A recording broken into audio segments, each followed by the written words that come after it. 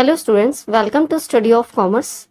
जैसा कि आपको पता ही है कि मैंने क्लास 11th की प्लेलिस्ट शुरू की है एनसीईआरटी बुक्स की, ठीक है, जिसमें स्टैटिक्स फॉर इकोनॉमिक्स की जो आपकी बुक है क्लास 11th की कॉमर्स की, उसका चैप्टर फर्स्ट मैं आपको पहले ही डिस्कस कर चुकी हूँ, जिसमें आपने स्टैटिक्स का इंट्रोडक्शन पढ़ा है, ठीक है, जिसमें हमने जाना है कि इकोनॉमिक्स क्या होती है और स्टैटिक्स क्या रोल प्ले करती है इकोनॉमिक्स में, ठीक है। दोनों एक दूसरे से किस तरह से जुड़े हुए हैं और स्टैटिक्स का क्या इंपॉर्टेंस रोल है इकोनॉमिक्स में, ये चीज हमने चैप्टर 1 में पढ़ा है, ठीक है। तो आप पहले चैप्टर 1 वाला वीडियो देख लीजिएगा, उसके बाद चैप्टर 2 पढ़ने आइएगा तो आपका कॉन्सेप्ट ज्यादा अच्छे से क्लियर होगा। तो हमारा जो आज का चैप्टर है वो चैप्टर 2 है आपका, ठीक है, जिस चैप्टर 2 का नाम क्या है, कलेक्शन ऑफ डेटा। तो इसमें हम डेटा के कलेक्शन की बात करेंगे कि डेटा क्या होता है, डेटा को हम कैसे कलेक्ट करते हैं, कौन कौन से सोर्सेज हैं जिनके थ्रू हम अपने डेटा को कलेक्ट कर पाते हैं, कितने टाइप ऑफ डेटा होते हैं, ठीक है, टाइप्स ऑफ डेटा कितने तरह के होते हैं। तो ये सारी चीजें आज इस चैप्टर में हम पढ़ेंगे। तो चलिए शुरू करते हैं। वीडियो अगर पसंद आएगा तो लाइक जरूर कर दीजिएगा और ज्यादा से ज्यादा शेयर करने की कोशिश करिएगा ताकि ज्यादा से ज्यादा बच्चे बेनिफिट उठा सकें, ठीक है। तो चलिए शुरू करते हैं पहला चैप्टर। तो जैसा कि मैंने आपको बताया है कि हमने प्रीवियस चैप्टर में क्या पढ़ा था कि व्हाट इज इकोनॉमिक्स, और हमने पढ़ा था कि क्या रोल या इंपॉर्टेंस है स्टैटिक्स का इकोनॉमिक्स में। अब इस चैप्टर में हम क्या पढ़ेंगे, in this chapter you will study the sources of data and the mode of data collection, ठीक है। तो हम पढ़ेंगे कि सोर्सेज क्या क्या है डेटा के और कौन कौन से मोड हैं जिनके थ्रू हम अपने डेटा को कलेक्ट करते हैं। The purpose of collection of data is to show evidence for reaching a sound and clear solution to a problem, ठीक है। तो डेटा को कलेक्ट करने का पर्पस क्या है कि हम एक एविडेंस या एक प्रूफ जनरेट कर सकें, ठीक है, और एक साउंड क्लियर सोल्यूशन प्रॉब्लम का फाइंड आउट कर सकें, ठीक है। तो मेन हमारा मोटिव डेटा को कलेक्ट करने का यही है कि हम एक प्रूफ जनरेट कर सकें और अपनी जो प्रॉब्लम्स है उसका एक क्लियर जो है सोल्यूशन फाइंड आउट कर सकें, ठीक है। तो चलिए आगे देखते हैं। In economics you often come across a statement like this, after many fluctuations the output of food grain rose to 132 million tons in 1978 to 79 from 108 million tons in 1970 to 71। मतलब कि 70 से 71 में हमारा 108 मिलियन था, जबकि 1978-79 में हमारा 132 मिलियन तक टन्स हो गया था फूड ग्रेन्स, ठीक है। But fell to 108 million tons in 1979-80. Production of food grains then rose continuously to 252 million tons in 2015 and 16। और 15-16 में हमारा अचानक से इंक्रीज हो गया, ठीक है, and touch 272 million turns in 16 and 17। 16-17 में हमारा 272 मिलियन टन्स हो गया, ठीक है। तो इस स्टेटमेंट से हमें क्या पता चलता है, हमें ये पता चलता है कि food grains production in different years does not remain the same. तो हर साल फूड की जो प्रोडक्शन है वो सेम नहीं रहती, अलग अलग रहती है, ठीक है। It varies from year two year. तो हर साल के हिसाब से वो वेरी करती है, चेंज होती रहती है, फ्रॉम क्रॉप टू क्रॉप, ठीक है। As these values vary they are called variable. तो ये जो वैल्यूज हमारी वेरी कर रही है फ्रॉम ईयर टू ईयर, इसी को हम क्या बोलते हैं, वेरिएबल्स बोलते हैं, ठीक है। चलिए आगे देखते हैं।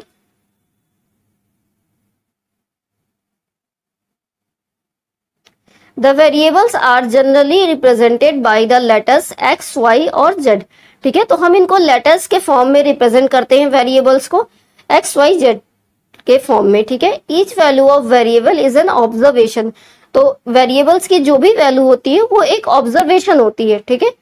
For example, the food grain production in India varies between 108 million tons in 1970 to 71 to 272 million tons in 16 to 17, ठीक है, as shown in the following data। चलिए देखते हैं कौन सा डेटा है। The years are represented by variable x and the production of food grain in India in million tons is represented by variable b। तो देखिए x और y दो वेरिएबल हमने लिया है production of food grain in India दिखाने के लिए, ठीक है। तो x में हमारा ईयर है और y में हमारा जो है कितना टन्स हम जो है प्रोडक्शन कर रहे हैं वो चीज है। तो ये दोनों एक ऑब्जर्वेशन है और x और y हमारे क्या होते हैं, वेरिएबल्स होते हैं, ठीक है। चलिए आगे देखते हैं हम। Here the values of these variables x and y are the data. तो ये जो x और y है, जो इतनी वैल्यूज दे रहे हैं, यही क्या कहलाते हैं? डेटा कहलाते हैं। From which we can obtain information about the production of food grains in India. जिनकी मदद से, ये जो डेटा है x और y, इनकी मदद से ही हम अपनी इंफॉर्मेशन को फाइंड आउट कर पाते हैं। ठीक है। To know the fluctuations in food grains production, we need the data on the production of food grains in India for various years. So data is a tool which helps in understanding problems by providing information. तो अगर कोई पूछे आपसे कि data क्या होता है, तो डेटा बेसिकली एक टूल होता है जिसके थ्रू हम अपनी इंफॉर्मेशन को जनरेट कर पाते हैं। ठीक है। हमारे पास कोई डेटा होता है, उसी को हम इंफॉर्मेशन में कन्वर्ट करते हैं, एक वैल्यूएबल इंफॉर्मेशन में हम उसको कन्वर्ट करते हैं, तो वही क्या बन जाता है? इंफॉर्मेशन बन जाता है। ठीक है। आगे देखते हैं। You must be wondering where do data come from and how to do we collect this. तो हमें यह भी जानना है कि डेटा हमारा कहाँ से आता है और हम इसको कैसे कलेक्ट करते हैं। ठीक है। In the following sections we will discuss the types of data. तो हम इस सेक्शन में टाइप्स ऑफ डेटा के बारे में जानेंगे और मेथड और इंस्ट्रूमेंट्स के बारे में जानेंगे कि जिससे हम अपने डेटा को कलेक्ट करते हैं और क्या क्या सोर्सेज रहती हैं जिनके थ्रू हमें डेटा मिलता है। तो ये सारी चीजें हम इस चैप्टर के थ्रू जान पाएंगे। ठीक है। तो चलिए देखते हैं आगे।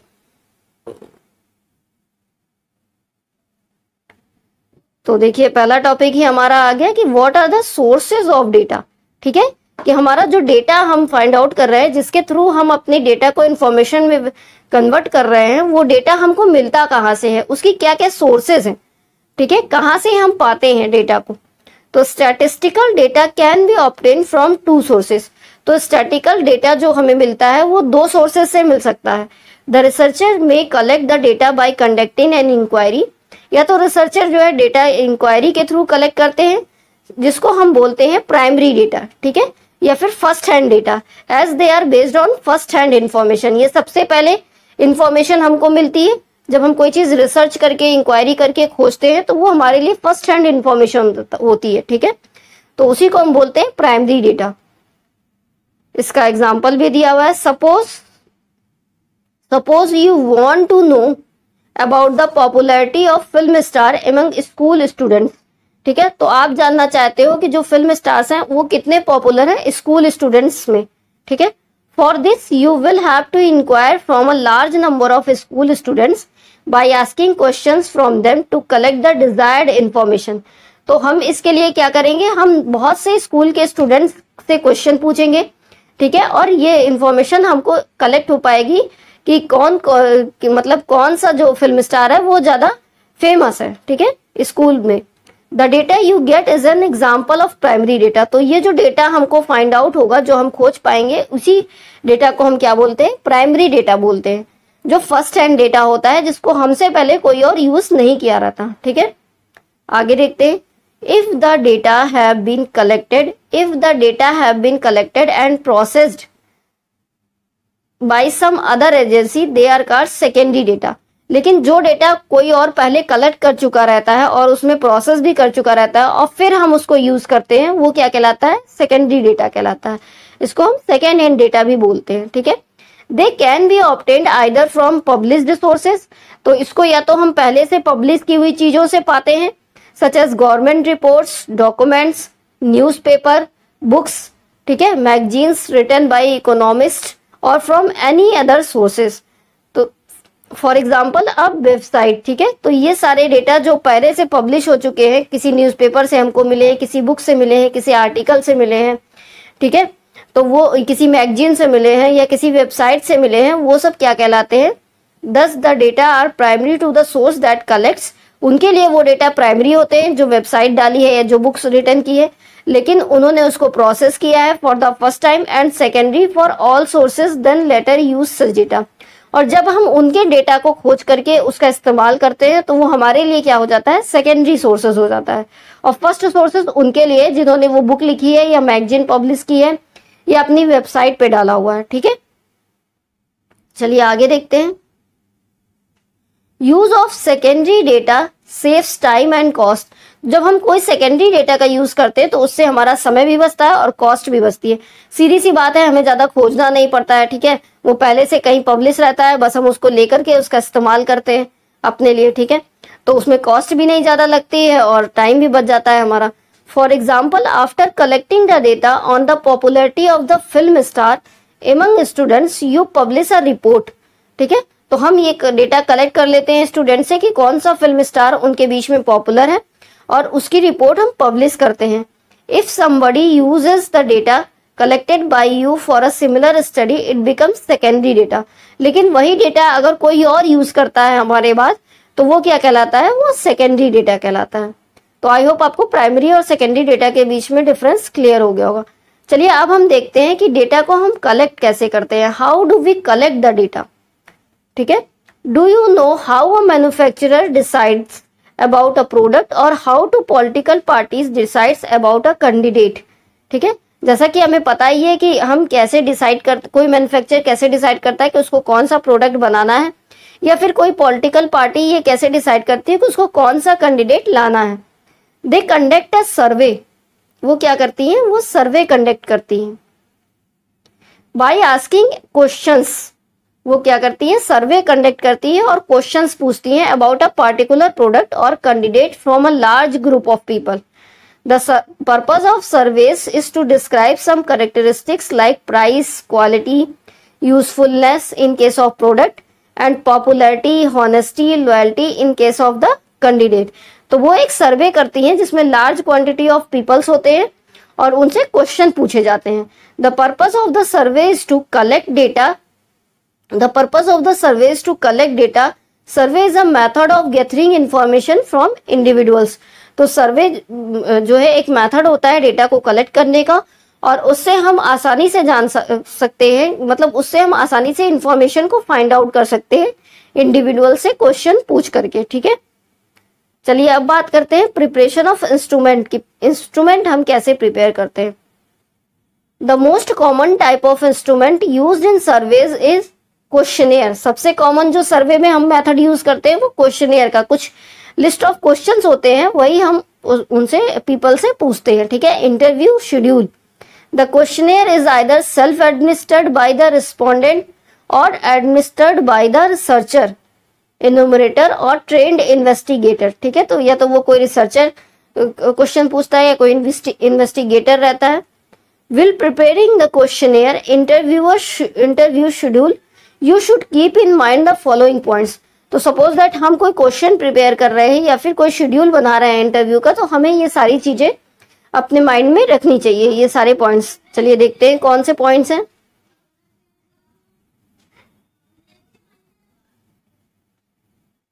The questionnaire should not be too long, जो हमारा क्वेश्चन हो वो बहुत ज्यादा लंबा ना हो। The number of question should be as minimum as possible, और हम कम से कम क्वेश्चंस पूछें। ऐसा नहीं है कि बहुत लंबी लिस्ट बना ले क्वेश्चंस की, पता चले एक ही आदमी से पूछते रह गए, दूसरे का नंबर ही नहीं आया, ठीक है, क्योंकि हमें तो लार्ज नंबर ऑफ पीपल का इंटरव्यू लेना है ना, बहुत से लोगों से क्वेश्चनियर करना है, तभी तो वो सर्वे कहलाएगा, तभी हमारी इंफॉर्मेशन फाइंड आउट भी हो पाएगी, ठीक है। तो क्वेश्चंस ज्यादा नहीं होने चाहिए और क्वेश्चन छोटे होने चाहिए, बहुत लंबे नहीं होने चाहिए। नेक्स्ट पॉइंट हमारा क्या है, the question should be easy to understand and avoid ambiguous or difficult words. तो हमें इजी वर्ड्स का यूज करना चाहिए और क्वेश्चंस ऐसे रखने चाहिए जो आसानी से लोग समझ पाए, ठीक है। अंडरस्टैंड करेंगे तभी तो उसका आंसर सही दे पाएंगे, जब वो समझेंगे ही नहीं तो वो आंसर सही कैसे देंगे, ठीक है। The question should be arranged in an order such that the person answering should feel comfortable. तो क्वेश्चन हमें ऐसे ऑर्डर में अरेंज करना है कि जब कोई पीपल आंसर दे रहा हो, कोई पर्सन आंसर दे रहा हो, तो वो फील मतलब कंफर्टेबल हो करके दे पाए, ठीक है। डिस्कम्फर्ट ना फील हो उसको क्वेश्चंस का आंसर देते वक्त, मतलब ऐसे क्वेश्चन ना पूछ लीजिए बहुत से ऑकवर्ड क्वेश्चन की जिससे वो आंसर ही ना दे पाए, वो कंफर्टेबल ना फील करे, ठीक है। चलिए अगला देखते हैं। The series of question should move from general to specific. तो जो हमारे क्वेश्चंस की सीरीज हो वो जनरल से स्पेसिफिक हो, यानी कि पहले हम सिंपल क्वेश्चंस पूछे फिर हम स्पेसिफिक क्वेश्चंस पूछे। ऐसा ना हो कि पहले ही हम स्पेसिफिक क्वेश्चन पूछ ले और बाद में जनरल क्वेश्चंस आए, ठीक है। तो पहले हमें जनरल क्वेश्चंस पूछ लेने हैं, उसके बाद धीरे धीरे हम अपना इजी से मॉडरेट लेवल पे आना है, ठीक है। The questioner should start from general questions and proceed to more specific ones, ठीक है। तो फॉर एग्जाम्पल भी हम देख लेते हैं। एग्जाम्पल क्या दिया गया है बुक में आपकी, अच्छा पुअर क्वेश्चन और गुड क्वेश्चन का एग्जाम्पल दिया गया है, ठीक है। तो जो पुअर क्वेश्चन है वो क्या है, is increase in electricity charges justified, कि अगर इलेक्ट्रिसिटी चार्जेस इंक्रीज हो रहा है तो क्या ये जस्टिफाइड है। अब ये अजीब सा क्वेश्चन है, is the electricity supply in your locality regular, और बाद में हम इजी क्वेश्चन पूछ रहे हैं, ठीक है। अब गुड क्वेश्चन कैसे होते हैं, is the electricity supply in your locality is regular, तो पहले हमने सिंपल क्वेश्चन पूछा, जनरल क्वेश्चन पूछा, ठीक है, फिर हम डिफिकल्ट पूछ रहे हैं, is increase in electricity charges justified, तो पहले हम उनसे पूछेंगे कि आपके यहाँ लाइट रेगुलर आ रही है कि नहीं, उसके बाद हम पूछेंगे कि ये जो इलेक्ट्रिसिटी चार्जेस आ रहे हैं वो क्या जस्टिफाइड है आपके हिसाब से, ठीक है। तो ये आपका हो गया कि जनरल से हम स्पेसिफिक पे जा रहे हैं, ना कि स्पेसिफिक से हम जनरल पे जा रहे हैं, ठीक है। The question should be precise and clear, तो क्वेश्चन जो भी हो क्लियर होने चाहिए। देखिए इसका भी एग्जाम्पल दिया है, what percentage of your income do you spend on clothing in order to look presentable, ठीक है। और गुड क्वेश्चन क्या है, what percentage of your income do you spend on clothing, ठीक है। तो सिंपल आप क्वेश्चन पूछ सकते हैं, इतना ज्यादा लिखने की क्या जरूरत है, इतना इसको मॉडरेट बनाने की क्या जरूरत है, जब आपको सिंपल ही क्वेश्चन था आपका, तो ठीक है। तो गुड क्वेश्चन का फॉर्मेट ये है। आगे देखते हैं, the question should not be ambiguous, they should enable the representation respondent to answer quickly, correctly and clearly, तो क्वेश्चंस ऐसे होने चाहिए कि जो आंसर दिए जाए वो क्लियरली दिए जाए, क्विकली दिए जाए, ठीक है। For example, do you spend a lot of money on books in a month, एक क्वेश्चन ये जो कि पुअर क्वालिटी में आता है, और गुड में क्या आ रहा है, tick mark the appropriate option, how much do you spend on the books in a month, ठीक है। तो अगर हम एमसीक्यू के फॉर्म में पूछेंगे तो वो इजिली टिक कर पाएगा, और अगर हम थ्योरेटिकल फॉर्म में पूछेंगे तो उसको सोचने में टाइम लगेगा और रिप्लाई करने में भी टाइम लगेगा। तो क्वेश्चंस ऐसे होने चाहिए कि इजिली आंसरेबल हो और जल्दी से जल्दी हम आंसर दे पाए। अगला देखते हैं, the question should not use double negatives, the question starting with would not, you और don't you should be avoided as they may lead to biased responses, ठीक है। तो ज्यादा हमें निगेटिव वर्ड्स का यूज नहीं करना है अपने क्वेश्चन में। फॉर एग्जाम्पल देख लेते हैं, don't you think smoking should be prohibited, question है don't you think smoking should be prohibited, ये आपका बैड क्वेश्चन है। और गुड क्वेश्चन का है, do you think smoking should be prohibited, तो हमने नॉट का यूज नहीं किया है, तो ये हमारा पॉजिटिव सेंटेंस हो गया, और उसमें हमने डोंट का यूज कर लिया यानी निगेटिव हो गया। तो निगेटिव क्वेश्चंस हमें नहीं पूछने हैं, ठीक है। आगे देखते हैं, the question should not be leading questions, question which gives a clue about how the respondent should answer, मतलब क्वेश्चंस ऐसे नहीं होने चाहिए कि आंसर का अंदाजा उसको पहले से ही हो जाए, उसको क्लू मिल जाए कि आंसर क्या होगा। For example, how do you like the flavour of this high quality T, ठीक है। अब आपने क्वेश्चन में ही बता दिया कि इस क्वालिटी टी का जो है हाई क्वालिटी फ्लेवर है, क्वेश्चन हमारा क्या होना चाहिए, how do you like the flavour of this T, ठीक है। तो हमें सिंपल वर्ड्स में पूछना चाहिए कि चाय का फ्लेवर आपको कैसा लगा, ना कि ये बहुत अच्छी चाय बनी है इसका फ्लेवर आपको कैसा लगा, ऐसे पूछेंगे तो वो ठीक नहीं है। अगला देखते हैं, the question should not indicate alternatives to the answer, तो क्वेश्चन ऐसा नहीं होना चाहिए कि वो अल्टरनेटिव्स इंडिकेट करे, मतलब एक क्वेश्चन के कई सारे आंसर हो जाए। फॉर एग्जाम्पल देखते हैं, would you like to do a job after college or be a housewife, और गुड क्वेश्चन क्या है, would you like to do after college, what would you like to do after college, ठीक है। तो simple words में हम पूछ सकते हैं कि आप कॉलेज पूरा होने के बाद क्या करना चाहते हैं, ना कि ये पूछे कि आप जॉब करना चाहते हैं या हाउसवाइफ बनना चाहते हैं, ठीक है। चलिए आगे देखते हैं,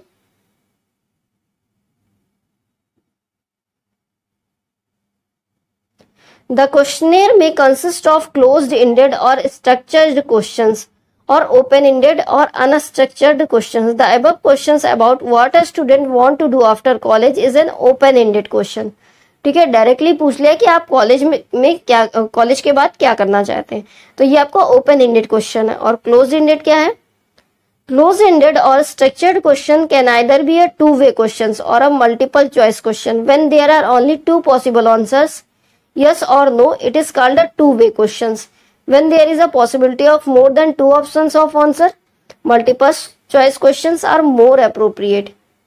तो इनके हिसाब से multiple choice questions more appropriate होते हैं. फॉर एग्जाम्पल देख लेते हैं. What did you sell your land, why did you sell your land. ठीक है, तो जैसे क्वेश्चन है कि आप अपने लैंड को क्यों सेल करना चाहते हो, तो ये एमसीक्यू बेस्ड है, तो उसमें से एक क्वेश्चन आंसर आपको चूज करना है. तो close the ended questions are easy to use, तो ये आसानी से यूज किए जा सकते हैं. Score and to codify for analysis because all respondent can choose from the given options. तो इसमें क्या होता है क्लोज एंडेड क्वेश्चंस में, यानी जो एमसीक्यू के फॉर्मेट में होते हैं, इसमें जो स्कोर है उसको भी कैलकुलेट करना आसानी से हो जाता है, क्योंकि ऑप्शन चूज किया रहता है जिसका जो राइट आंसर रहता है. ठीक है, but they are difficult to write as the alternative should be clearly written to represent both sides of issues. लेकिन इसको लिखना जो है थोड़ा डिफिकल्ट हो जाता है, क्योंकि आपको 4 ऑप्शन देने होते हैं, वो भी रिलेटेड, ताकि स्टूडेंट कंफ्यूज भी हो जाए. There is also a possibility that an individual's true response is not present among the options given. For this, the choice of any other is provided where the respondent can write a response which was not anticipated by the researcher. Moreover, another limitations of multiple choice question is that they tend to restrict the answer by providing alternatives.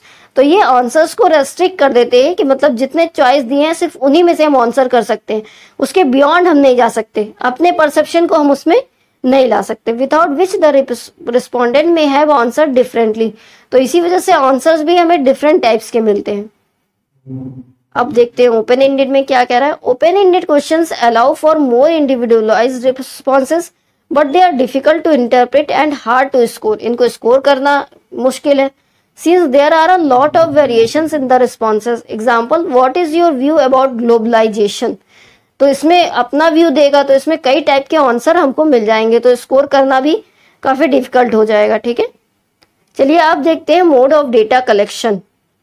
Have you ever come across a television show in which reporters ask questions from children, हाउसवाइफ्स और general public regarding their examination performance और a brand of soap. तो जैसा कि TV पे अक्सर दिखाते हैं, किसी का इंटरव्यू आ रहा है, कोई हाउसवाइफ से क्वेश्चन पूछा जा रहा है, किसी चिल्ड्रन से पूछा जा रहा है. ठीक है, उसके एग्जाम के बारे में या परफॉर्मेंस के बारे में या ब्रांड सोप के ब्रांड के बारे में. Political party. The purpose of asking question is to do a survey for of data for collection of data. There are 3 basic ways of collecting data. तो 3 तरह के वेज होते हैं, तरीके होते हैं डेटा को कलेक्ट करने का. एक पर्सनल इंटरव्यू, दूसरा मेलिंग यानी कि क्वेश्चनियर सर्वे, और तीसरा आपका टेलीफोनिक इंटरव्यूज जिसमें टेलीफोन पे इंटरव्यू किया जाता है. ठीक है, अब चलिए देखते हैं पर्सनल इंटरव्यू क्या होता है. पर्सनल इंटरव्यू जैसे कि आपको बुला करके आपका कोई इंटरव्यू ले रहा है, तो वो पर्सनल इंटरव्यू कहलाएगा. This method is used when the researcher, एक मिनट रुक जाइएगा. This method is used when the researcher has to access to all members. जब रिसर्चर सभी मेंबर्स से मतलब इंट्रोड्यूस होना चाहता है, सबका एक्सेस लेना चाहता है, तब वो पर्सनल इंटरव्यू करता है. The researcher for or investigator conduct face to face interview with the respondent. तो इसमें फेस टू फेस इंटरव्यू होता है. Personal interviews are perform due to various reasons. तो बहुत से रीजन से इसको परफॉर्म किया जाता है. Personal contact is made between the respondent and the interviewer. The interviewer has the opportunity of explaining the study and answering the queries of respondents. ठीक है, तो वो एक्सप्लेन करते हैं स्टडी को, एक अपॉर्चुनिटी मिलती है और आंसर्स की क्वेरी भी करते हैं वो. The interviewer can request the respondent to expand on answers that are particularly important. Misinterpretation and misunderstanding can be avoided. Watching the reactions of respondent can provide supplementary informations. तो जब respondent के reactions मिलते हैं तो एक supplementary information provide हो जाती है हमें. Personal interviews has some demerits too. इसकी कुछ डिमेरिट्स भी होती है. It is expensive. ये एक्सपेंसिव होता है. सीधी सी बात है, एक ऑफिस चाहिए, उसमें आपको अच्छा सा फर्नीचर वगैरह चाहिए और बैठाने के लिए चाहिए ना, तो उसमें थोड़ा एक्सपेंसिव हो जाता है. As it require trained interviewers. तो एक ट्रेंड इंटरव्यूअर्स भी इसमें चाहिए होते हैं जो क्वेश्चंस पूछे, वैल्यूएबल क्वेश्चंस पूछे, ऐसे नहीं आलतू फालतू के क्वेश्चन पूछने लगे. ठीक है, it takes longer time to complete the survey. और इसमें टाइम भी लगता है, क्योंकि भाई आप पर्सनल इंटरव्यू ले रहे हैं तो एक एक कैंडिडेट को बुला करके उसका सर्वे करेंगे, तो उसमें टाइम तो लगेगा ही. Presence of the researcher may inhibit respondent from saying what they really think. चलिए आगे देखते हैं।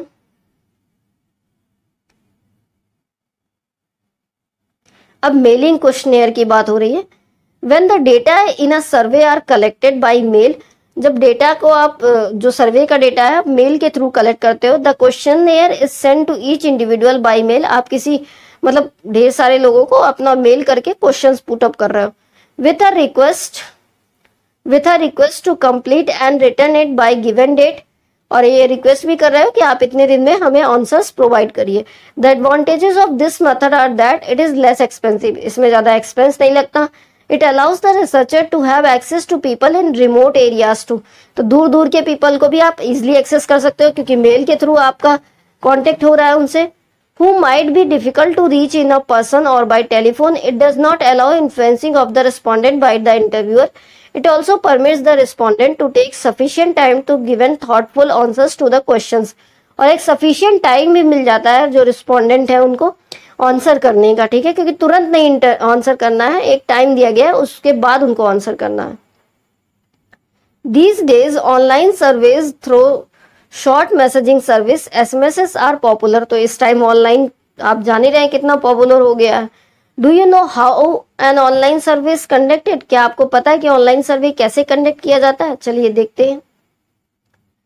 The disadvantages of mail survey are that there is less opportunity to provide assistance in clarifying instruction, ठीक है, तो ये अपॉर्चुनिटी कम हो जाती है कि जो इंस्ट्रक्शन हम उन्हें दे रहे हैं वो क्लियरली उसको फॉलो कर रहे हैं। So there is a possibility of misunderstanding the questions, तो वो आपके क्वेश्चन को मिसअंडरस्टैंड भी कर सकते हैं, आप पूछे कुछ और है वो समझ कुछ और सकते हैं, ठीक है। Mailing is also likely to produce low response rates, उसका रेट भी रिस्पॉन्स आपको लो मिलता है क्योंकि जरूरी नहीं है कि सब आपके मेल का रिप्लाई करें, ठीक है। Such as returning the questionnaire without completing in not running the questionnaire at all. Loss of questionnaire in the mail itself, तो इसमें लॉस भी हो जाता है क्योंकि हमने भेजा 100 लोगों को मेल और पता चले 80 लोगों का ही रिप्लाई आया, 20 का रिप्लाई ही नहीं आया, ठीक है, तो ये सारे डिसएडवांटेजेस है। चलिए अब टेलीफोनिक इंटरव्यू देखते हैं। In a telephone interview the investigator ask questions over the telephone, ठीक है, क्वेश्चन टेलीफोन के थ्रू आस्क किया जा रहा है। The advantages of telephone interviews are that they are cheaper than personal interviews and can be conducted in a short time, इसमें time कम लगता है और ये चीपर होता है as compared to personal interviews. They allow the researcher to assess the respondent by clarifying the questions, ये allow भी करता है कि हम फोन पे अच्छे से क्लैरिफाई कर सकते हैं अपने क्वेश्चंस को। Telephonic interviews better in cases where the respondent are reluctant to answer certain question in a personal interviews, तो ये थोड़ा अच्छा भी होता है पर्सनल इंटरव्यूज से, इसलिए क्योंकि इसमें जो है आसानी से वो आंसर कर सकते हैं और जरूरी नहीं कि वो हर क्वेश्चन का आंसर करें, कोई जबरदस्ती नहीं रहती, आप फोन पे बात कर रहे होते हैं, ठीक है। The disadvantages of this method is access to people as many people may not own telephones, तो सभी के पास टेलीफोन नहीं होते, ठीक है, तो सबको आसानी से एक्सेस नहीं कर सकते हम। चलिए अब पायलट सर्वे की बात करते हैं। Once the questionnaire is ready it is advisable to conduct a tryout with a small group which is known as pilot survey or pre-testing of the questionnaire, ठीक है, तो जब सॉरी तो जब क्वेश्चनेयर कंप्लीट हो जाते हैं, हमारा जो लॉन्ग सर्वे का सिस्टम है वो कंप्लीट हो जाता है, तो हम पायलट सर्वे करते हैं यानी कि उसकी प्री टेस्टिंग करते हैं। The pilot survey helps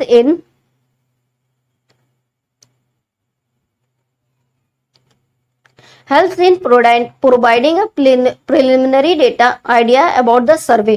It helps in pre-testing of the questionnaire so as to know the shortcomings and drawbacks of the questions. तो इससे हमें अपने क्वेश्चंस के ड्रॉबैक्स भी पता चलते हैं। Excuse me. Pilot survey also helps in assessing the suitability of our questions, clarity of instructions, performance of enumerators, and the cost and time involved in the actual survey, ठीक है, तो ये थोड़ा टाइम वगैरह भी बता देता है, कम कर देता है। देखिए अब इसमें एडवांटेजेस और डिसएडवांटेजेस लिखे हुए हैं पर्सनल इंटरव्यूज के। एडवांटेजेस हम देखते हैं, हाईएस्ट रिस्पांस रेट, तो पर्सनल इंटरव्यू में रिस्पांस रेट हाईएस्ट होता है, सीधी सी बात है, जब हम पर्सनल बुला के कर रहे हैं तो वो जवाब तो देगा ही। Allows use of all types of questions, ये सारे टाइप्स ऑफ क्वेश्चंस को अलाउ करता है। Better for using open ended questions, तो ओपन एंडेड क्वेश्चंस हमारे लिए वन लाइनर क्वेश्चंस जो होते हैं उनको करने के लिए बेटर होता है। Allows clarification of ambitious questions, तो जो क्वेश्चंस ऐसे हैं जो समझ में नहीं आ रहे हैं उनको ये क्लैरिफाई भी करने का टाइम इसमें रहता है। मोस्ट एक्सपेंसिव, ये सबसे ज्यादा एक्सपेंसिव होता है पर्सनल इंटरव्यू आपका। Possibility of influencing respondents, more time taking, इसमें टाइम ज्यादा लगता है। ठीक है, चलिए अब मेल इंटरव्यू का देखते हैं। लिस्ट एक्सपेंसिव, ये कम एक्सपेंसिव होता है। Only method to reach remote areas, तो रिमोट एरियाज में ये आसानी से हम एक्सेस कर सकते हैं। नो इन्फ्लुएंस ऑन रिस्पोंडेंट, उस रिस्पोंडेंट को कोई इन्फ्लुएंस नहीं रहता। Maintains anonymity of responses, best for sensitive questions, ये सेंसिटिव क्वेश्चन के लिए बेस्ट होता है मेल्ड इंटरव्यू। ठीक है, चलिए अगला देखते हैं। Can not be used by illiterates, ये जो पढ़े लिखे लोग नहीं हो उनके साथ हम इसका यूज नहीं कर सकते। सीधी सी बात है, जब वो एजुकेटेड ही नहीं है तो वो आपके मेल को क्या पढ़ेंगे, वो मेल के बारे में जानते ही नहीं होंगे, उनकी तो मेल आईडी भी नहीं होगी। ठीक है, लॉन्ग रिस्पॉन्स टाइम, इसका रिस्पॉन्स टाइम थोड़ा लंबा होता है। Does not allow explanation of ambitious questions, ये ऐसे क्वेश्चंस जो ऑकवर्ड टाइप के हैं या डिफिकल्ट हैं या अंडरस्टैंडेबल है, उनको ये अलाउ नहीं करता है कि आप उसको एक्सप्लेन कर सकें। क्योंकि टाइम ही नहीं है, आपने मेल कर दिया तो दोबारा आप एक्सप्लेन थोड़ी करेंगे अपने क्वेश्चंस को।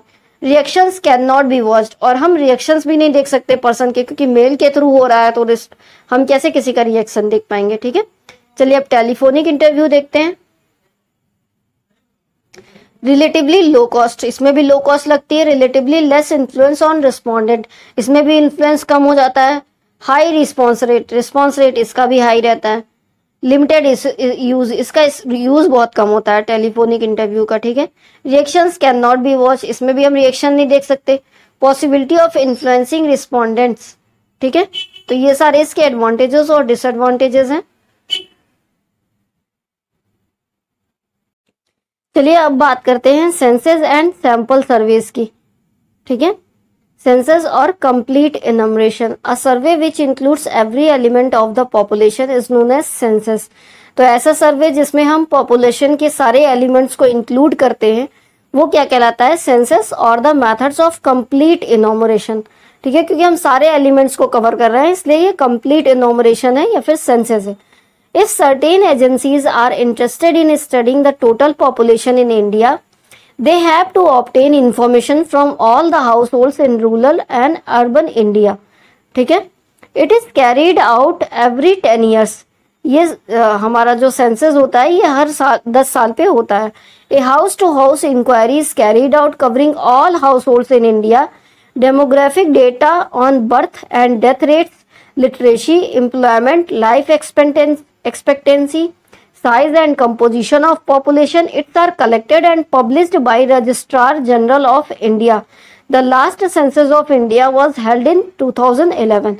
तो 2011 में लास्ट सेंसस हुआ था, उसके बाद अभी कोई सेंसस डेटा नहीं आया है। ठीक है, तो इसमें आपको लिटरेसी का डेटा मतलब बर्थ का और डेथ ऑफ रेट पता चलता है, एम्प्लॉयमेंट रेट पता चलता है, ठीक है, साइज और कंपोजिशन, पॉपुलेशन रेट पता चलता है, बर्थ रेट पता चलता है, तो ये सारी चीजें हमको मिलती है। तो इंडिया के सारे हाउस होल्ड्स के घर में जाके ये सर्वे किया जाता है, तब जाकर के सेंसस रिपोर्ट पब्लिश होती है। इसीलिए इसके लिए हर 10 साल बाद होता है ये। ठीक है, क्योंकि ये रोज तो पॉसिबल है नहीं कि रोज आप सेंसस कर सकें। ठीक है, चलिए आगे देखते हैं। देखिए ये फिगर के थ्रू भी समझाया गया है। I am from census department, can I take a 15 minutes of your precious time.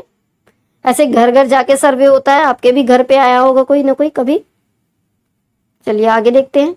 According to census 2011, population of India was 121.09 crore, which was 102.87 crore in 2001। ठीक है, census 1901 indicated that the population of the country was 23.83 crore. Since then, in a period of 110 years, the population of the country has increased by more than 97 crore.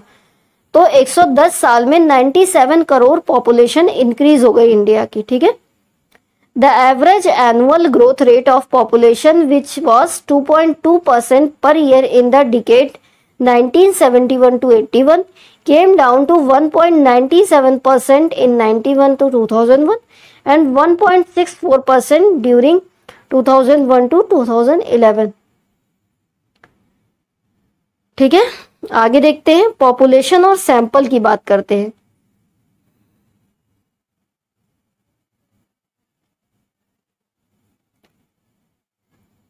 Population or the universe in statics means totality of the items under study। ठीक है, population या फिर universe का मतलब क्या हो गया कि स्टैटिक्स की टोटल आइटम्स की का मतलब एक collection. Thus the population or the universe is a group to which the results of the study are intended to apply. A population is always all the individuals items who possess certain characteristics or a set of characteristics according to the purpose of survey. The first task in selecting a sample is to identify the population. Once the population is identified, the researcher selects a method of studying it. तो सबसे पहला task क्या होता है census में कि population को identify करना कि एक्चुअली पॉपुलेशन कितनी है। उसके बाद वो अपना मेथड सेलेक्ट करते हैं कि उन्हें क्या पहले करना है। If the researcher find that the survey of the whole population is not possible, अगर वो ये फाइंड आउट करते हैं कि पूरी पॉपुलेशन का सर्वे करना पॉसिबल नहीं है, then he she may decide to select a representative sample. A sample refers to a group or a section of the population from which information is to be obtained. A good sample, representative sample, is generally smaller than the population and is capable of providing reasonably accurate information about the population at a much lower cost and shorter time. तो होता क्या है कि जब पूरी population का सर्वे करना possible नहीं होता है तो एक सैंपल लिया जाता है पूरी पॉपुलेशन का कुछ पार्ट, जिससे हमें ज्यादा से ज्यादा इंफॉर्मेशन मिल सके। ठीक है, और उसमें कम टाइम भी लगता है और कॉस्ट भी कम लगती है। चलिए आगे देखते हैं। Suppose you want to study the average income of a people in a certain region. Suppose हमें एवरेज इनकम फाइंड आउट करनी है कुछ रीजन्स की, पीपल की। According to the census method you would be required to find out the income of every individual in the region. तो अगर हम census method का यूज करें तो हमें सारे इंडिविजुअल्स की इनकम फाइंड आउट करनी पड़ेगी। Add them up and divide by number of individuals to get the average income of a people in the region. ठीक है, तो फिर हम उसको डिवाइड करके उसका एवरेज निकालेंगे। This method would required huge expenditure. तो ये जो मेथड होता है ये ज्यादा से ज्यादा एक्सपेंडिचर रिक्वायर करता है, as a large number of enumerators have to be employed. Alternatively you select a representative sample of a few individuals. तो हम एक रिप्रेजेंटेटिव सैंपल निकाल सकते हैं कुछ इंडिविजुअल्स की इनकम को फाइंड आउट करके उस रीजन के, और उसका एवरेज निकाल करके selected group of individuals is used an estimated average of income of the individual in the entire region. तो हम कुछ सैंपल को लेकर के उसका एक सर्वे निकाल सकते हैं, एवरेज उसका निकाल सकते हैं। ठीक है, फॉर एग्जाम्पल देखते हैं। Research problem to study the economic condition of agricultural labour in a Churachandpur district of Manipur. ठीक है, population all agriculture labours in Churachandpur district sample 10% of the agriculture labourers in Churachandpur district. अब इसको यही पढ़ेंगे या नहीं, मुझे थोड़ा डाउट है, देख लीजिएगा आप लोग। ठीक है, इसका pronunciation. Most of the surveys are sample surveys. तो ज्यादा से ज्यादा सर्वेज जो होते हैं वो सैंपल के ही सर्वे होते हैं। These are preferred in statics because of a number of reasons. इनको स्टैटिक्स में प्रेफर भी किया जाता है, इसके बहुत से रीजंस है। देखते हैं आगे। Sample can provide reasonably reliable and accurate information at a lower cost and shorter time. तो ये कम समय में और कम कॉस्ट में हमें एक एक्यूरेट इंफॉर्मेशन आसानी से प्रोवाइड करता है sample. As samples are smaller than population, more detailed information can be collected by conducting intensive inquiries. As we need a smaller team of enumerators, it is easier to train them and supervise their work from effectively. तो इसको train करना और इसके work को effectively supervise करना आसान होता है। चलिए आगे देखते हैं। Random sampling.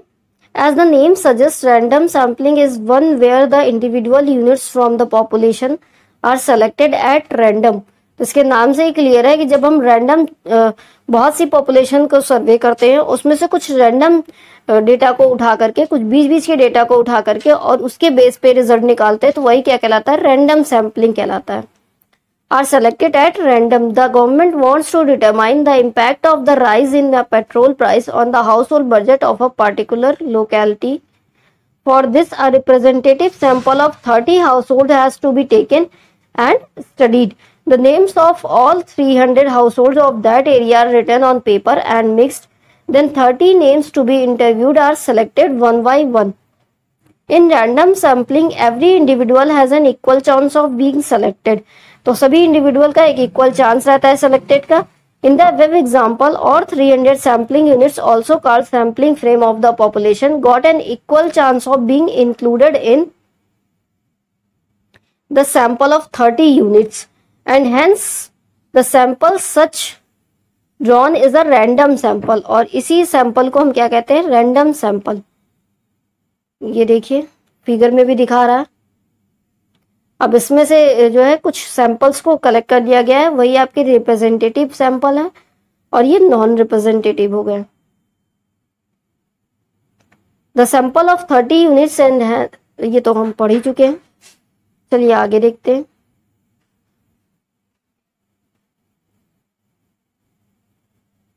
अब हम देखते हैं नॉन रैंडम सैम्पलिंग क्या होती है. ठीक है, तो रैंडम सैम्पलिंग में हम रैंडमली कोई डेटा उठा करके बीच बीच के और उसको उसकी बेस पे इंफॉर्मेशन निकालते हैं, तो वही क्या कहलाती है, रैंडम सैम्पलिंग कहलाती है. अब नॉन रैंडम सैम्पलिंग क्या होती है.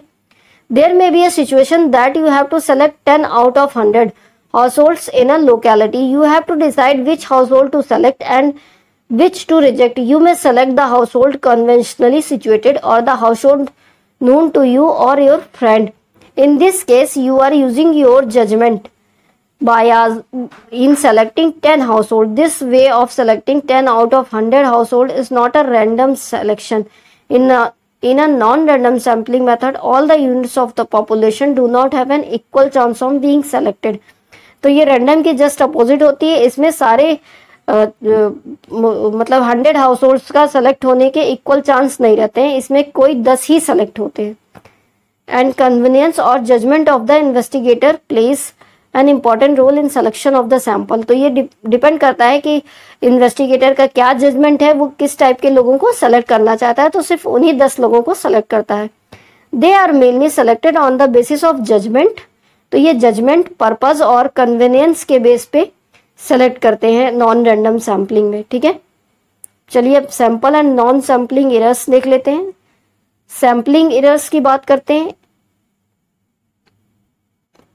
A population consisting of numerical values has two important characteristics which are of relevance here.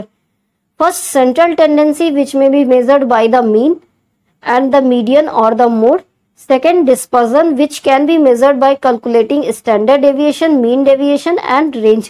ठीक है, तो दो तरह की आपकी टेंडेंसीज होती है. सेंट्रल टेंडेंसी होती है जिसमें आप मीन, मीडियन और मोड को पढ़ते हो, और सेकंड आपकी डिस्पर्जन होती है जिसमें हम स्टैंडर्ड डेविएशन, मीन डेविएशन और रेंज की बात करते हैं. चलिए आगे देखते हैं.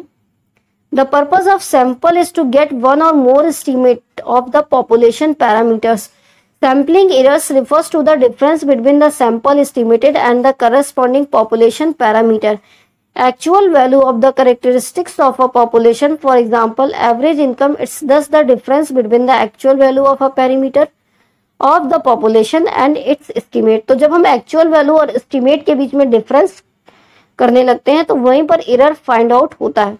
It is possible to reduce the magnitude of sampling error by taking a large sample. तो जितना हम large sample लेंगे उतना ही ज़्यादा कम error आएगी. ठीक है, तो ये इसके एग्जाम्पल भी दिए हुए हैं. चलिए नॉन सैम्पलिंग एरर्स देख लेते हैं. Non sampling errors are more serious than sampling errors.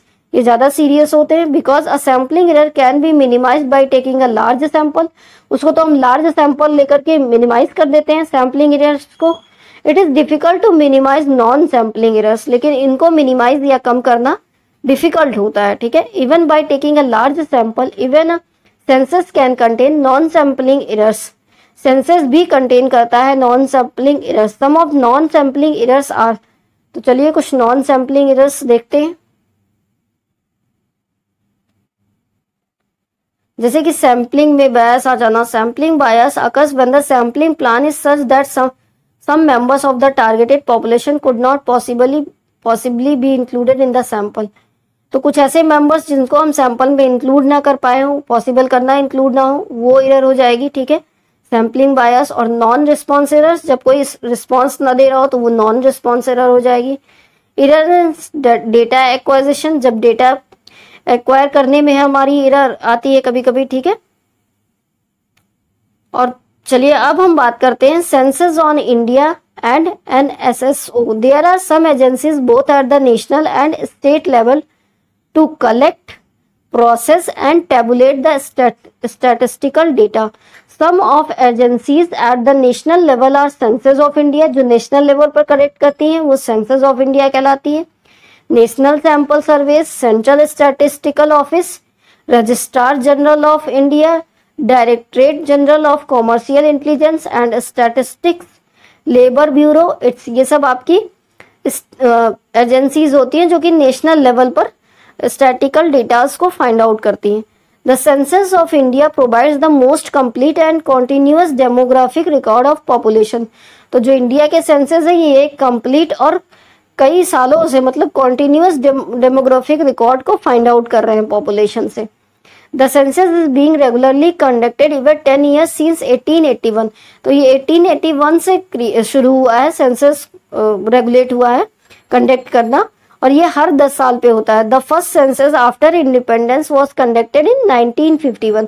पहला सेंसस हमारा इंडिया का 1951 में कंडक्ट किया गया था। ठीक है, the census officially collect information on various aspects of population. तो ये बहुत से एस्पेक्ट पे करेक्ट करता है इंफॉर्मेशन, जैसा कि मैंने आपको बताया था कि ये employment rate, birth rate, sex ratio, literacy ratio, migration, rural urban distribution, इन सब चीज़ों पर इंफॉर्मेशन को कलेक्ट करता है। Census data is interpreted and analysed to understand many economic and social issues in India. तो ये पूरे देश की इकोनॉमिक और सोशल इश्यूज को एनालाइज करता है और अंडरस्टैंड करता है, समझने की कोशिश करता है। The NSS was established by the government of India to conduct nationwide surveys. तो ये नेशनल लेवल पे इसको भी कंडक्ट किया गया था, सर्वे कंडक्ट करने के लिए NSS को भी। ठीक है, तो सबके बारे में थोड़ा थोड़ा दिया है, इसको आप पढ़ लीजिएगा। कंक्लूजन भी दिया हुआ है। ठीक है, बाकी की चीजें आप पढ़ लीजिएगा। आई होप आपको चैप्टर्स अच्छे से समझ में आ गया होगा। ठीक है, अगर आपको कोई भी डाउट हो तो आप कमेंट करके पूछ सकते हैं। अगर आपको कोई भी डाउट हो तो आप कमेंट करके पूछ सकते हैं। वीडियो अगर पसंद आया हो तो लाइक कर दीजिएगा, चैनल को सब्सक्राइब कर दीजिएगा आगे के और वीडियोस देखने के लिए। Thanks for watching.